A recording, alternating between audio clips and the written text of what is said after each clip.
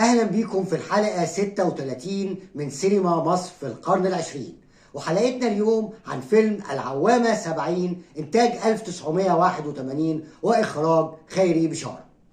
في الحلقة اللي فاتت قلنا إن الثمانينيات شهدت ظهور تيار جديد في السينما المصرية، والتيار ده أفلامه كان ليها سمات معينة، وإن في 3 أفلام يعتبروا علامات تأسيسية ظهرت في بداية هذا التيار نقدر من خلالها نحدد سمات هذا التيار. وفي الحلقة اللي فاتت تعرضنا لواحد منها وهو طائر على الطريق إخراج محمد خان، والحلقة دي هنتعرض لفيلم آخر من ال3 دول وهو العوامة 70 إخراج خيري بشارة. قبل ما نتكلم عن الفيلم هنعطي نبذة عن حياة خيري بشارة. خيري بشارة من مواليد طنطا عام 1947، وفي سن الخامسة انتقلت أسرته للحياة في القاهرة، والتحق بمعهد العالي للسينما ودرس فيه، وتخرج سنة 1967، ودي كانت دفعة مميزة جدا في تاريخ معهد السينما لأنها ضمت أسماء كبيرة منها علي بدرخان وداوود عبد السيد وخيري بشارة. بعد تخرجه سافر إلى منحة دراسية لمدة 2 عام إلى بولندا، واشتغل مساعد مخرج مع المخرج الكبير توفيق صالح في يوميات نائب في الأرياف. بعدها ابتدى يشتغل في السينما التسجيلية، وعمل عدة أفلام تسجيلية كان أشهرها فيلم صائد الدبابات عن الجندي محمد عبد العاطي أحد أبطال حرب أكتوبر. بعد كده كان فيلمه الأول الأقدار الدامية، والأقدار الدامية كان مأخوذ عن نص مسرحي ليوجين أونيل اسمه Morning becomes Electra، الحداد يليق بإلكترا. ويوجين أونيل هو كاتب من أهم كتاب المسرح الأمريكي، واحد أهم كتاب المسرح في القرن العشرين. والفيلم ده كانت بيناقش الأحداث السياسية في مصر قبل عام 52 من خلال سقوط الطبقة الأرستقراطية فيها، وهو فيلم يعني أجواءه تشبه أفلام المخرج الإيطالي الكبير لوتشينو فيسكونتي. بعد كده عمل فيلمه الثاني العوامة 70 اللي هنناقشه في الحلقة دي. بطل العوامة 70 هو أحمد الشاذلي، مخرج أفلام تسجيلية من أصول ريفية. أحمد عنده مشكلة، وهو إنه في أي موقف بيتحط فيه بيبقى متحمس في البداية، لكن لما يلاقي إن الموقف ده يستدعي مواجهة بيرجع خطوات لورا ويهرب، زي ما بيعمل مع عبد العاطي عامل المحلج اللي بيكشف له عن قضية فساد. الأول بيتحمس ويعرفه بخطيبته، لكن لما يكتشف إن الأمر فيه مواجهة حماسه بيقل وبياخد خطوات لورا. بنشوف علاقته بوداد خطيبته، هو بيحبها لكن بيضيق من إنها بتعامله بندية، بتعامله بمساواة، فبيبقى عصبي معاها وينفعل عليها، وممكن يبقى عنيف معها في الكلام.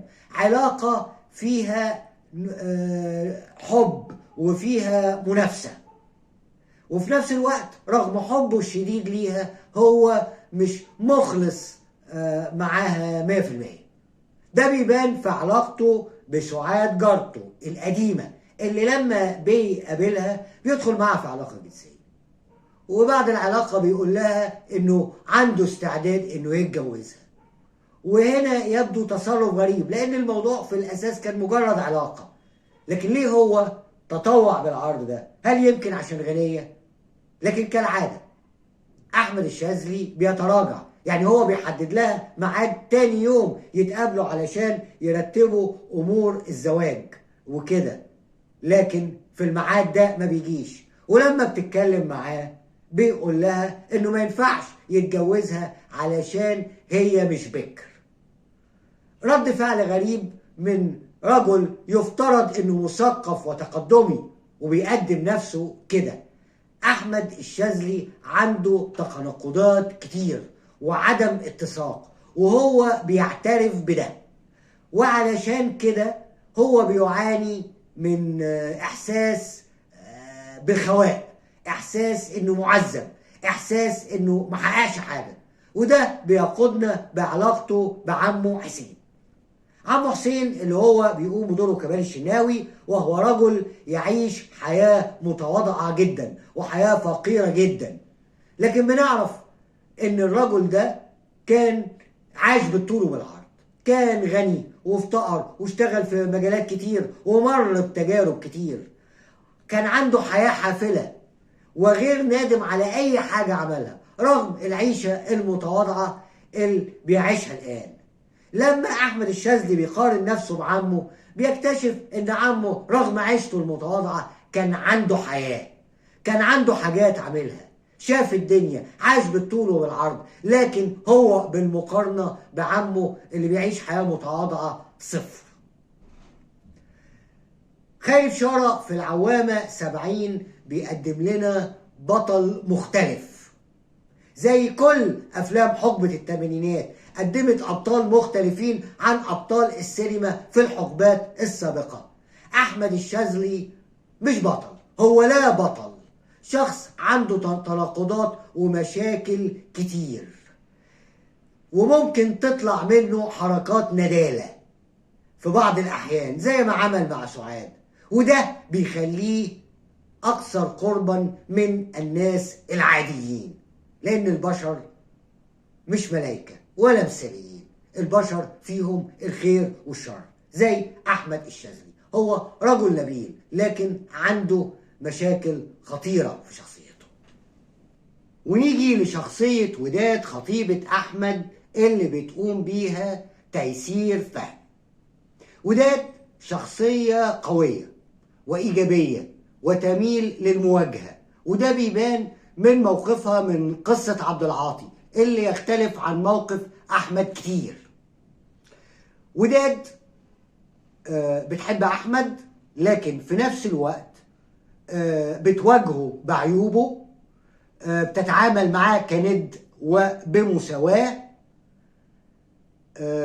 في نفس الوقت بتتسامح مع أخطائه. يعني مثلا هو بيشرب وهي ما بتحبش الشرب لأنها نشأت في أسرة كان فيها مشاكل، أب وأم بيتخانقوا مع بعض والأب بيشرب، فكانت بتكره الشرب جدا لأن أبوها كان كده، فبتتضايق لما بتشوف أحمد بيشرب وتتخانق معاه. في نفس الوقت بتتسامح معاه لما بتعرف انه خانها مع سعاد، والحقيقة ده يعني انا ارى غير مقنع. شخصية قوية زي دي ليه تتسامح مع رجل بيخونها؟ ليه ما تتسامح مع كونه غير ايجابي، بيهرب من المواجهة، كونه انه بيشرب؟ ليه تتسامح مع ده؟ لكن ممكن وداد يكون عندها تناقضات زي احمد بالظبط، ممكن وداد تكون بتحب احمد لدرجه انها تتغاضى عن كل ده، لكن ده بيخلي وداد تبدو بصوره مثاليه قوي وعلاقه فيها امومه شويه. ده يرى البعض غير مقنع، يعني ممكن يكون غير مقنع للبعض، لكن بشكل عام السيناريو والفيلم قدموا لنا قصة حب حلوة مليئة بالتناقضات. الفيلم زي باقي أفلام تيار سينما الثمانينات بيركز على البطل الفرد ومشاكله الذاتية، ومن خلالها بيتعرض لمشاكل اجتماعية، زي لما بنشوف مشكلة عبد العاطي عامل المحلج اللي بيكشف لنا الفساد، وبنتعرف عنه من خلاله على مشاكل الفساد في القطاع العام ومشاكل عمالة الأطفال. في نفس الوقت بنشوف حديث أحمد الشاذلي مع الصحفي اللي بيقول له مش المفروض انك تعمل افلام تسجيليه تظهر سلبيات، وان ده اشبه ان احنا بننشر غسيلنا اللي مش نضيف. ولقائه مع المنتج اللي بيكلموا عن انتاج فيلم طويل له، والمنتج بيكلموا عن تعديلات شديدة السطحية تبوظ الرسالة بتاعته اللي في الفيلم. وهنلاحظ حاجة، ان المنتج ده من مظهره وطريقة كلامه اظهره بشكل ما يوحي انه مثلي جنسيا وبيحاول يغوي احمد. وبما اننا قلنا ان سينما الثمانينات كانت عبارة عن شلة ومجموعة من الأصدقاء إلا كانوا على علاقة وثيقة ببعض، هنلاقي إن في العوامة 70 واحد من الشلة كان موجود. هنشوف محمد خان بيعمل دور صغير في الفيلم بالظبط زي ما خيري طلع معاه قبل كده في الطائر على الطريق وفي زوجة رجل مهم. في حاجة بالنسبة للنقط اللي فيها نقد اجتماعي ظهرت في الفيلم ده. في مشهد لازم نقف قدامه، مشهد انه هو لما كان احمد بيلف في المصنع في محلج القطن، لما بنشوفه في محلج القطن والمهندس بيشرح له وبيقول له ان احنا عندهم مكن قديم من 1902 ولسه شغال، ولما بياخده لمكنه اسمها العفريته يقول له انها مكنه قديمه جدا من اقدم المكن اللي اتعمل، وان المكنه دي اول ما اتعملت جت مصر واشتغلت في المحلج ده. لكن بالرغم من ظهور عشرات من الموديلات اللي اتطورت بعديها الا انهم مخلين المكنه والمكنه بتشتغل. ولما بنعرف سر تسميتها بالعفريته مش لان المكنه انتاجيتها كويسه، لا، لان المكنه بتاكل صوابع العمال اللي هم اغلبهم اطفال بيشتغلوا عليها. وفي ملاحظه كمان ان في قرب نهايه الفيلم بنلاحظ ان في كلوز اب على كتاب اسمه الحقيقة السينمائية والعين السينمائية لزيجا فيرتوف. وزيجا فيرتوف هو مخرج روسي، مخرج أفلام روسي من الرواد، مخرج أفلام تسجيلية. والراجل ده منظر سينمائي له نظريات في الإخراج السينمائي، وتأثيره كان كبير جدا على تيارات سينمائية ظهرت بعد كده. وعلى ما يبدو ان خالد بشارة كان بيحاول ان يديله تحية من خلال اللقطة دي، لكن هناك سبب اخر لاستخدام هذا الكتاب هنعرفه لما نيجي نتكلم على مشهد النهاية. السيناريو في الفيلم ده لفايز غالي، وفايز غالي كاتب سيناريو من مواليد 1946، اشتغل مع خالد بشارة واشتغل مع محمد خان. فايز غالي في الفيلم ده عمل لنا سيناريو كويس، رسم شخصية أحمد الشاذلي المعقدة بشكل جيد جدا. شخصية أحمد الشاذلي شخصية مش سهلة، شخصية فيها تناقضات، فيها عيوب، عندها مشاكل كتير، وممكن تبقى في مواقف معينة سلبية، وممكن في مواقف معينة تبقى نادلة، بطل غير تقليدي.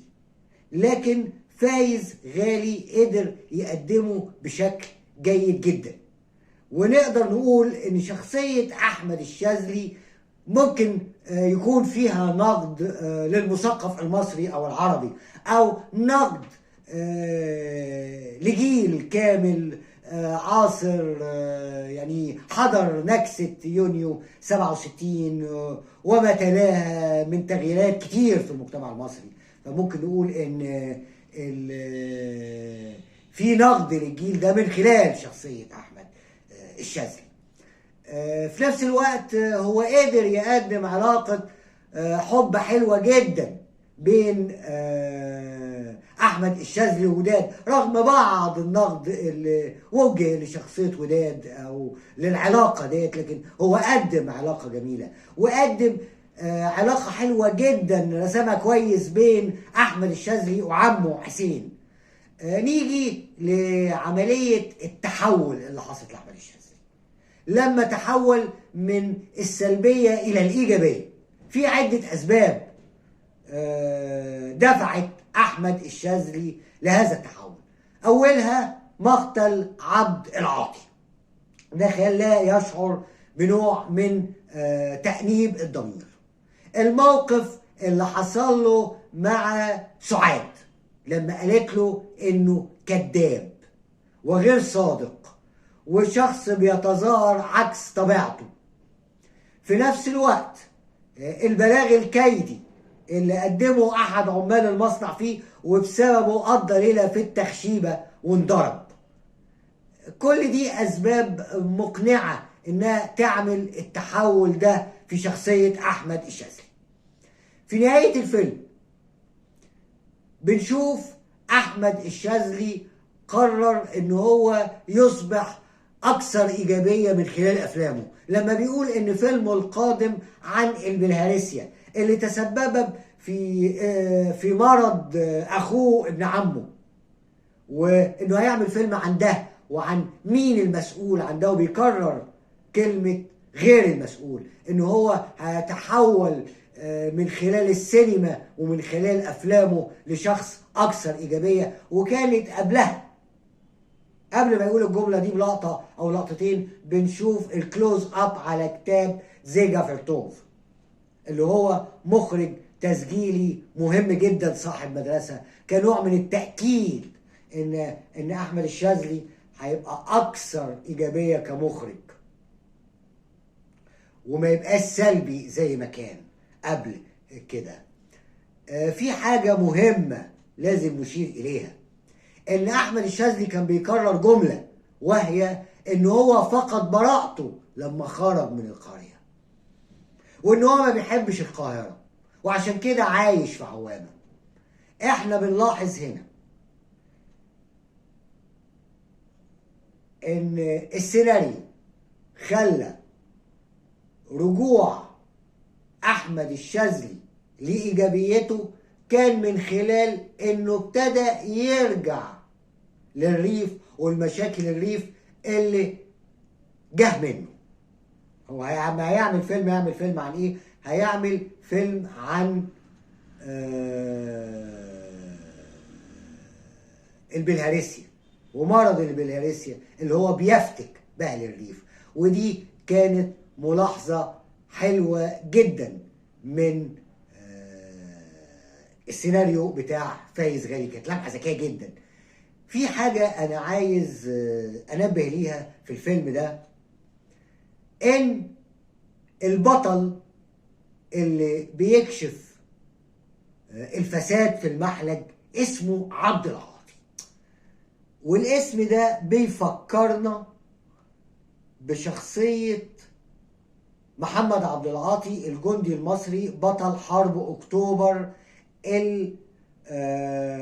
خيري بشارة عمل عنه فيلم تسجيلي اسمه صائد الدبابات. هل في ربط؟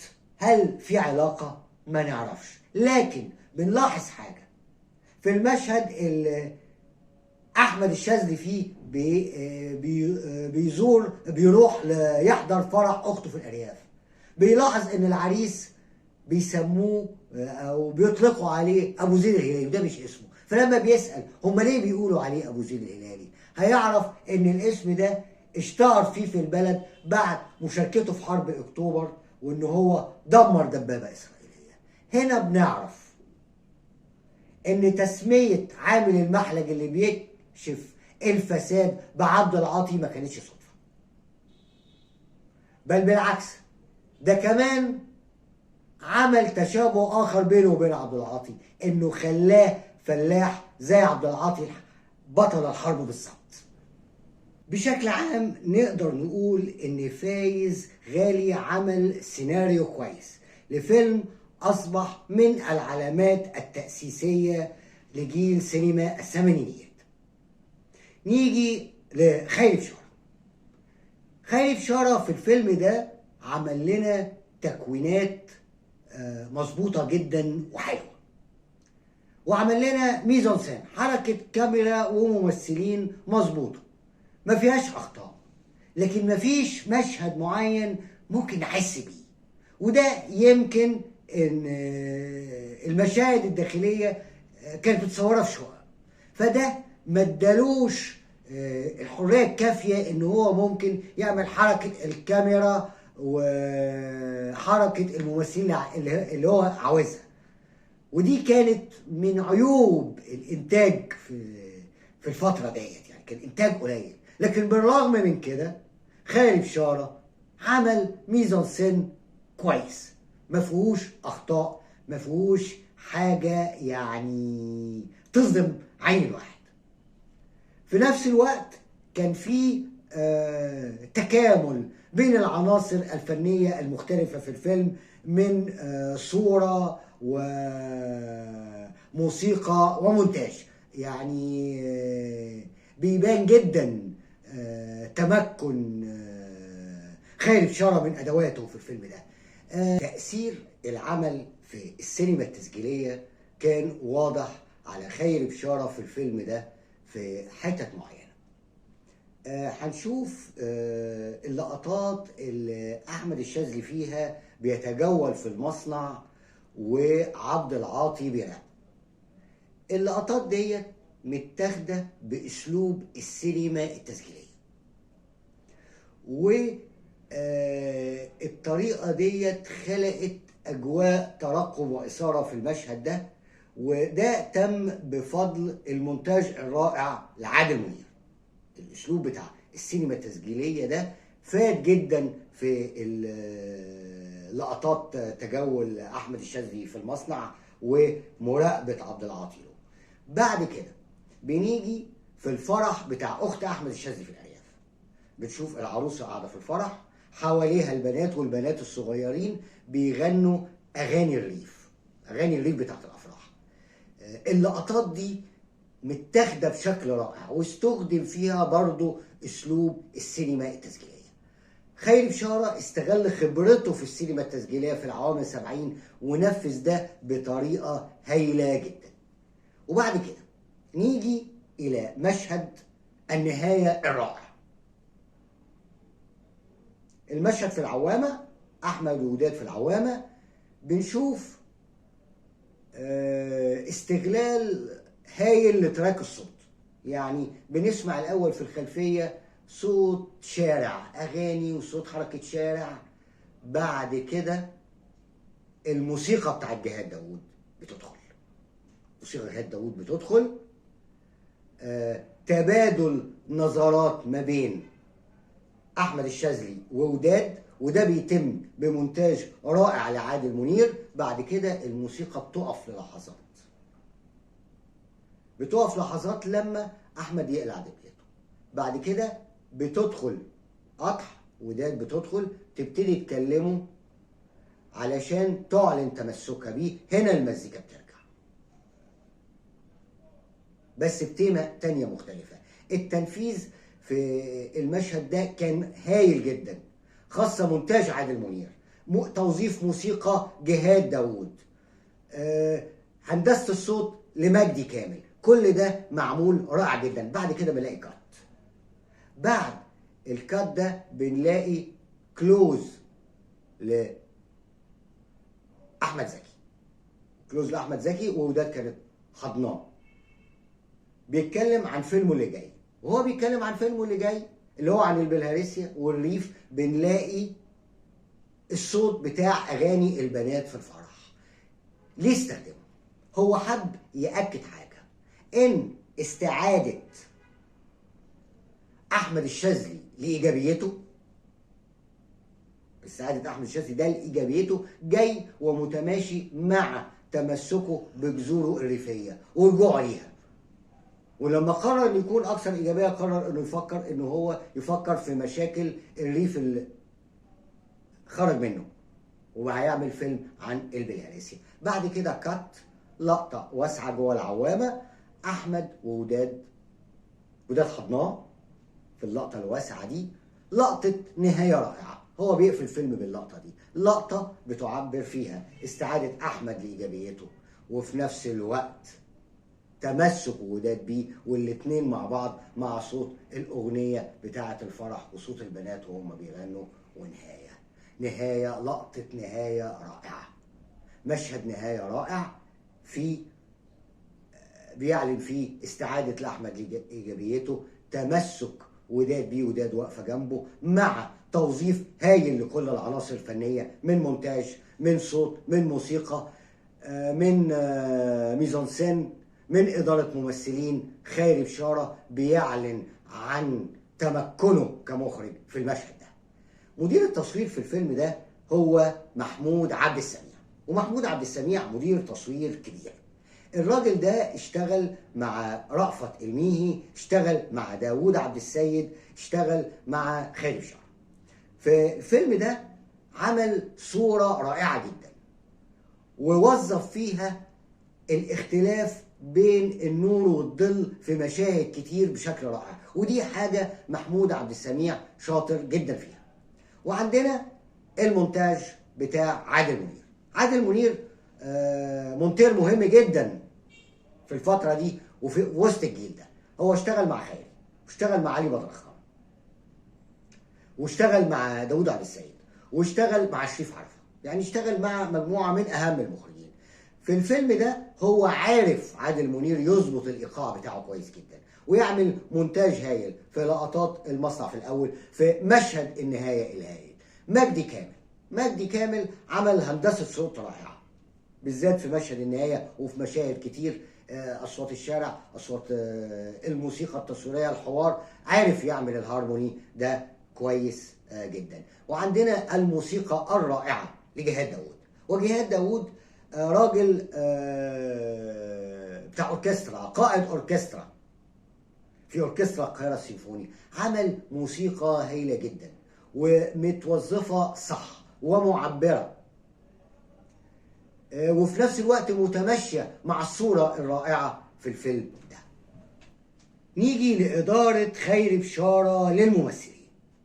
عندنا كمال الشناوي في دور العم، أداء رائع جدا من نجم كبير. دور حجمه مش كبير، لكن محتاج ممثل قوي له حضور كبير قصاد الكاميرا، وكمال الشناوي عمل ده بحرفة وخبرة كبيرة. وعندنا ماجدة الخطيب في دور سعاد، كان أدائها سهل ممتنع، وكان عندها حضور تمثيلي وأنثوي قوي جدا أمام الكاميرا. ماجدة الخطيب ممثلة كبيرة، وفي نفس الوقت هي في الفيلم ده هي كنجمة كبيرة بتساعد جيل جديد من المخرجين الشبان وبتقف جنبه. ومعانا تيسير فهمي في دور وداد. الدور ده ممكن يكون أهم حاجة في مشوار تيسير فهمي كممثلة. عملت أداء معقول جدا، وأعتقد إن خيري بشارة استغل ملامحها وعيونها الواسعة في إنها يخليها تقدر تقدم شخصية وداد بشكل جيد. يعني أقدر أقول إن هو اختارها لملامح معينة وظبط لها أداء بطريقة معينة بحيث إنها عملت أداء كويس جدا. نيجي لأحمد زكي. أحمد زكي في عز انطلاق موهبته، بطبيعة الأحوال كان أداؤه هايل، لكن الدور ده كان صعب لأن الدور ده فيه تناقضات كتير وانفعالات متضاربة، وفي مشاهد معينة بينتقل فيها من حالات نفسية مختلفة. أحمد زكي عملها بشكل رائع، ونقدر نقول إن أحمد زكي كان من يعني أهم النجوم بتاعة التيار ده. أحمد زكي كان النجم اللي صنعوا هذا التيار السينمائي. أحمد زكي كان عنصر رئيسي في تيار السينما الجديدة اللي ظهرت في مصر في الثمانينيات. العوامة 70 فيلم مختلف، قدم لنا نموذج لبطل مختلف، بطل عنده تناقضات وعنده سلبية وبيعمل حركات ندالة في أوقات معينة، بطل ما شفناهوش قبل كده. نقدر نقول إنه هو كان قدم من خلال الشخصية دي نقد لجيل كامل من المثقفين المصريين والعرب في الوقت ده. لكن هل يا ترى المشاكل اللي أشار ليها الفيلم هل اختفت أم لا زالت موجودة؟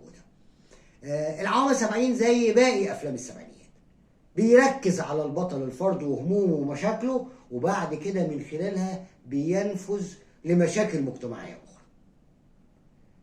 ويعني نقدر نقول إن دي واقعية مختلفة، واقعية لها طابع مختلف، تختلف عن واقعية الأجيال السابقة اللي هي كانت بتركز على الظروف المجتمعية وبعد كده من خلالها تدخل على الأفراد وتشوف تأثير الظروف دي على الأفراد. ده كان اختلاف بين واقعية الجيل ده وواقعية الأجيال السابقة. الاختلاف ده بان قوي في العوامة 70. كمان العوامة 70 كان فيلم فيه تكامل في عناصر فنية، من إخراج لتصوير لمونتاج لموسيقى لسيناريو كويس. لذلك الفيلم ده أصبح من العلامات التأسيسية اللي حددت سمات تيار سينما الثمانينات، ولذلك أصبح فيلم يستحق التوقف أمامه. بعد الفيلم ده خالد بشارة عمل إيه؟ خالد بشارة بعد العوامة 70 عمل لنا فيلمين هايلين جدا. عمل لنا الطوق والاسود، وعمل لنا يوم حلو ويوم مر. لكن بعد كده قدم افلام مختلفة، افلام حققت نجاح تجاري، لكن ما كانتش بالقيمة الفنية للعوامة 70 او الطوق والاسورة او يوم حلو يوم مر. افلام نجحت جدا مع الناس زي كابوريا، زي ايس كريم، لكن زي ما قلت ما كانتش في مستوى اعماله اللي قبل كده او اعماله اللي في مرحلته الاولى دي. لكن مش مشكلة، ما هو انت لما تعمل في تاريخك 3 افلام من نوعية العوامة 70، الطوق والاسورة، يوم حلو ويوم مر، دول كفاية عليك، لان دول كافيين جدا ان هيعملوا لك مكانة واسم كبير في مشوار السينما المصرية في القرن العشرين. وإلى اللقاء في الحلقة القادمة، وما تنسوش الاشتراك في القناة.